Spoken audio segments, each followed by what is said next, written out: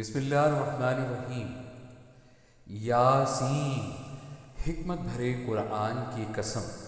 تم یقیناً پیغمبروں میں سے ہو،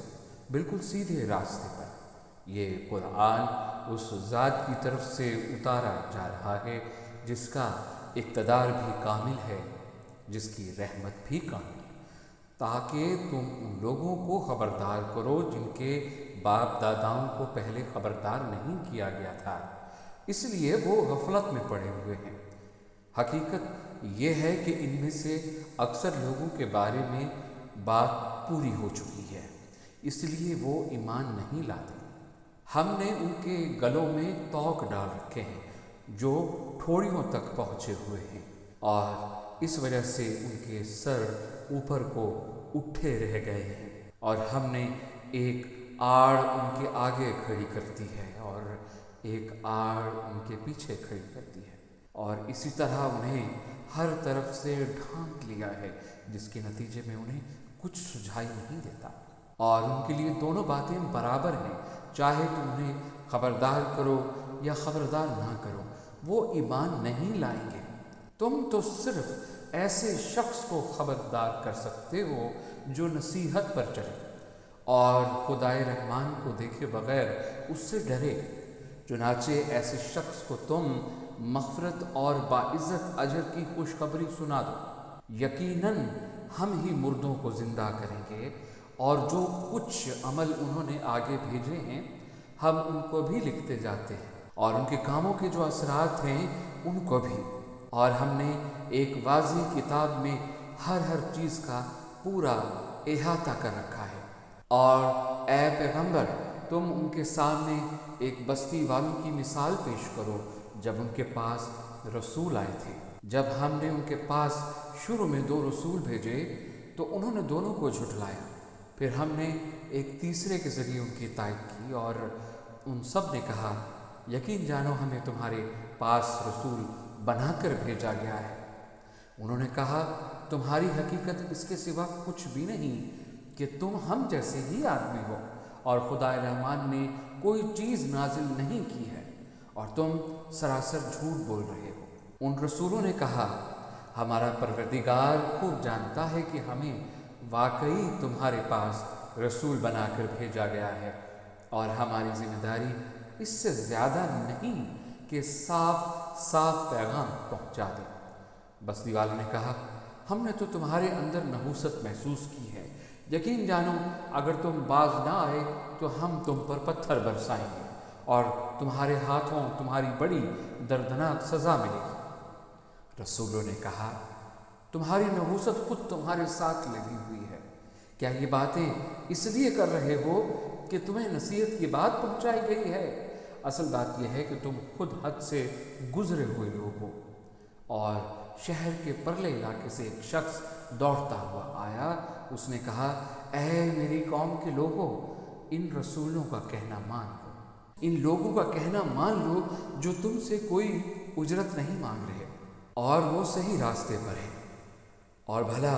میں اس ذات کی عبادت کیوں نہ کروں جس نے مجھے پیدا کیا ہے،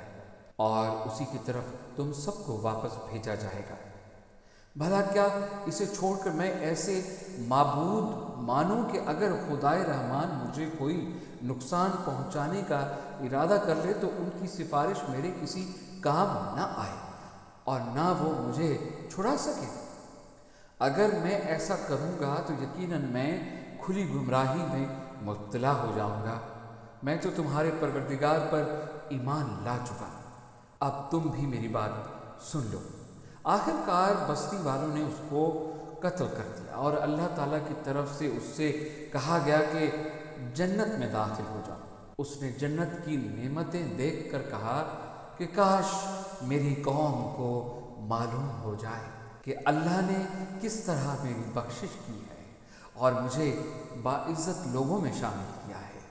اور اس شخص کے بعد ہم نے اس کی قوم پر آسمان سے کوئی لشکر نہیں اتارا، اور نہ ہمیں اتارنے کی ضرورت تھی، وہ تو بس ایک ہی چنگھاڑ تھی جس سے وہ ایک دم بجھ کر رہ گئے۔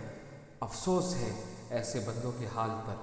ان کے پاس کوئی رسول ایسا نہ آیا جس کا وہ مذاق نہ اڑاتے رہے ہوں۔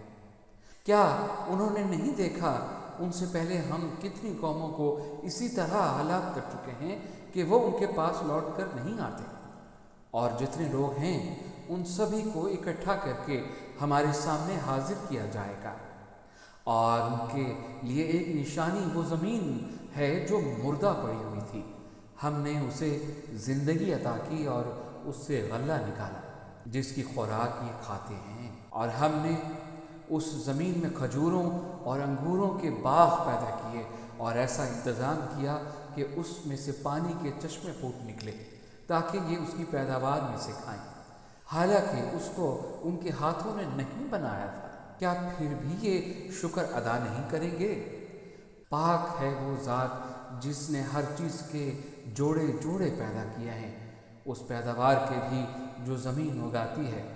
اور خود ان انسانوں کے بھی اور ان چیزوں کے بھی جنہیں یہ لوگ ابھی جانتے تک نہیں ہیں۔ اور ان کے لیے ایک اور نشانی رات ہے، ہم اس پر سے دن کا چھلکا اتار لیتے ہیں تو وہ یکایک اندھیرے میں رہ جاتے ہیں، اور سورج اپنے ٹھکانے کی طرف چلا جا رہا ہے۔ یہ سب اس ذات کا مقرر کیا ہوا نظام ہے جس کا اقتدار بھی کامل ہے، جس کا علم بھی کامل، اور چاند ہے کہ ہم نے اس کی منزلیں ناپ تول کر مقرر کر دی ہیں،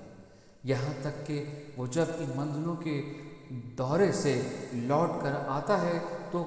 کھجور کی پرانی ٹہنی کی طرح پتلا ہو کر رہ جاتا ہے۔ نہ تو سورج کی یہ مجال ہے کہ وہ چاند کو جا پکڑے، اور نہ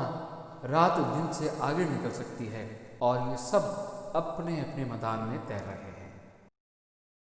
اور ان کے لیے ایک اور نشانی یہ ہے کہ ہم نے ان کی اولاد کو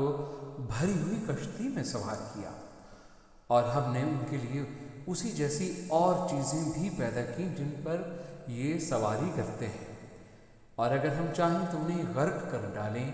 جس کے بعد نہ تو کوئی ان کی فریاد کو پہنچے اور نہ ان کی جان بچائی جا سکے، لیکن یہ سب ہماری طرف سے ایک رحمت ہے اور ایک معین وقت تک زندگی کا مزہ اٹھانے کا موقع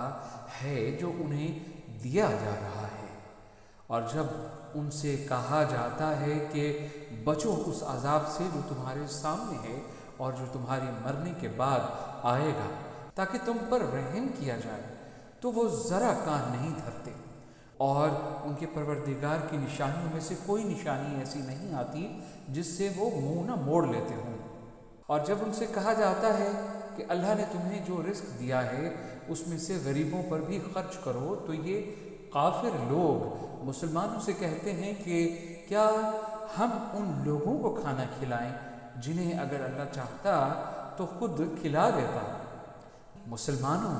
تمہاری حقیقت اس کے سوا کچھ بھی نہیں کہ تم کھلی گمراہی میں پڑے ہوئے ہو اور کہتے ہیں کہ یہ قیامت کا وعدہ کب پورا ہوگا۔ مسلمانوں، بتاؤ اگر تم سچے ہو، دراصل یہ لوگ بس ایک چنگھاڑ کا انتظار کر رہے ہیں جو ان کی حجت بازی کے عین درمیان انہیں آ پکڑے گی، پھر نہ یہ کوئی وصیت کر سکیں گے اور نہ اپنے گھر والوں کے پاس لوٹ کر جا سکیں گے، اور سور پھونکا جائے گا تو یکایک یہ اپنی قبروں سے نکل کر اپنے پروردگار کی طرف تیزی سے روانہ ہو جائیں گے اور کہیں گے کہ ہائے ہماری کم بختی، ہمیں کس نے ہمارے مرکز سے اٹھا کھڑا کیا ہے۔ جواب ملے گا کہ یہ وہی چیز ہے جس کا خدائے رحمان نے وعدہ کیا تھا اور پیغمبروں نے سچی بات کہی تھی، اور کچھ نہیں، بس ایک زور کی آواز ہوگی جس کے بعد یہ سب کے سب ہمارے سامنے حاضر کر دیے جائیں گے۔ چنانچہ اس دن کسی شخص پر کوئی ظلم نہ ہوگا اور تمہیں کسی اور چیز کا نہیں، بلکہ انہی کاموں کا بدلہ ملے گا جو تم کیا کرتے تھے۔ جنت والے لوگ اس دن یقیناً اپنے مشغلے میں مگن ہوں گے، وہ اور ان کی بیویاں گھنے سایوں میں آرام دہ نشستوں پر ٹیک لگائے ہوئے ہوں گے، وہاں ان کے لیے میوے ہوں گے اور انہیں ہر وہ چیز ملے گی جو وہ منگوائیں گے۔ رحمت والے پروردگار کی طرف سے انہیں سلام کہا جائے گا، اور کافروں سے کہا جائے گا کہ اے مجرموں، تم مومنوں سے الگ ہو جاؤ۔ اے آدم کے بیٹو، کیا میں نے تمہیں یہ تاکید نہیں کی تھی کہ تم شیطان کی عبادت نہ کرنا؟ وہ تمہارا کھلا دشمن ہے، اور یہ کہ تم میری عبادت کرنا، یہی سیدھا راستہ ہے۔ اور حقیقت یہ ہے کہ شیطان نے تم میں سے ایک بڑی خلقت کو گمراہ کر ڈالا، تو کیا تم سمجھتے نہیں تھے؟ یہ ہے وہ جہنم جس سے تمہیں ڈرایا جاتا تھا، آج اس میں داخل ہو جاؤ، کیونکہ تم کفر کیا کرتے تھے۔ آج کے دن ہم ان کے منہ پر مہر لگا دیں گے، اور ان کے ہاتھ ہم سے بات کریں گے، اور ان کے پاؤں گواہی دیں گے کہ وہ کیا کمائی کیا کرتے تھے۔ اور اگر ہم چاہیں تو یہیں دنیا میں ان کی آنکھیں ملیا میٹ کر دیں، پھر یہ راستے کی تلاش میں بھاگے پھریں، لیکن انہیں کہاں کچھ سجھائی دے گا۔ اور اگر ہم چاہیں تو ان کی اپنی جگہ پر بیٹھے بیٹھے ان کی صورتیں اس طرح مسخ کر دیں کہ یہ نہ آگے بڑھ سکیں اور نہ پیچھے لوٹ سکیں۔ اور ہم جس شخص کو لمبی عمر دیتے ہیں اسے تخلیقی اعتبار سے الٹ ہی دیتے ہیں، کیا پھر بھی انہیں عقل نہیں آتی؟ اور ہم نے اپنے ان پیغمبر کو نہ شاعری سکھائی ہے اور نہ وہ ان کے شایان شان ہے، یہ تو بس ایک نصیحت کی بات ہے، اور ایسا قرآن جو حقیقت کو کھول کھول کر بیان کرتا ہے تاکہ ہر اس شخص کو خبردار کرے جو زندہ ہو، اور تاکہ کفر کرنے والوں پر حجت پوری ہو جائے۔ اور کیا انہوں نے یہ نہیں دیکھا کہ ہم نے اپنے ہاتھوں کی بنائی ہوئی چیزوں میں سے ان کے لیے مویشی پیدا کیے، اور یہ ان کے مالک بنے ہوئے ہیں، اور ہم نے ان مویشیوں کو ان کے قابو میں دے دیا ہے، چنانچہ ان میں سے کچھ وہ ہیں جو ان کی سواری بنے ہوئے ہیں، اور کچھ وہ ہیں جنہیں یہ کھاتے ہیں۔ نیز ان کو ان مویشیوں سے اور بھی فوائد حاصل ہوتے ہیں اور پینے کی چیزیں ملتی ہیں، کیا پھر بھی یہ شکر بجا نہیں لائیں گے؟ اور انہوں نے اللہ کو چھوڑ کر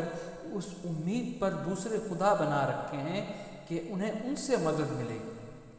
حالانکہ ان میں یہ طاقت ہی نہیں کہ ان کی مدد کر سکیں، بلکہ وہ ان کے لیے ایک ایسا مخالف لشکر بنیں گے جسے قیامت میں ان کے سامنے حاضر کر لیا جائے گا۔ غرض اے پیغمبر، ان کی باتیں تمہیں رنجیدہ نہ کریں، یقین جانو ہمیں سب معلوم ہے کہ یہ کیا کچھ چھپاتے اور کیا کچھ ظاہر کرتے ہیں۔ اور کیا انسان نے یہ نہیں دیکھا کہ ہم نے اسے نطفے سے پیدا کیا تھا، پھر اچانک وہ کھلم کھلا جھگڑا کرنے والا بن گیا؟ ہمارے بارے میں تو وہ باتیں بناتا ہے اور خود اپنی پیدائش کو بھلا بیٹھا ہے۔ کہتا ہے کہ ان ہڈیوں کو کون زندگی دے گا جبکہ وہ گل چکی ہوں گی؟ کہہ دو کہ ان کو وہی زندگی دے گا جس نے انہیں پہلی بار پیدا کیا تھا، اور وہ پیدا کرنے کا ہر کام جانتا ہے۔ وہی ہے جس نے تمہارے لیے سرسبز درخت سے آگ پیدا کر دی، پھر تم ذرا سی دیر میں اس سے سلگانے کا کام لیتے ہو۔ بھلا جس ذات نے آسمانوں اور زمین کو پیدا کیا ہے، کیا وہ اس بات پر قادر نہیں ہے کہ ان جیسوں کو دوبارہ پیدا کر سکے؟ کیوں نہیں، جبکہ وہ سب کچھ پیدا کرنے کی پوری مہارت رکھتا ہے۔ اس کا معاملہ تو یہ ہے کہ جب وہ کسی چیز کا ارادہ کر لے تو صرف اتنا کہتا ہے کہ ہو جا، بس وہ ہو جاتی ہے۔ غرض پاک ہے وہ ذات جس کے ہاتھ میں ہر چیز کی حکومت ہے، اور اسی کی طرف تم سب کو آخر کار لے جایا جائے گا۔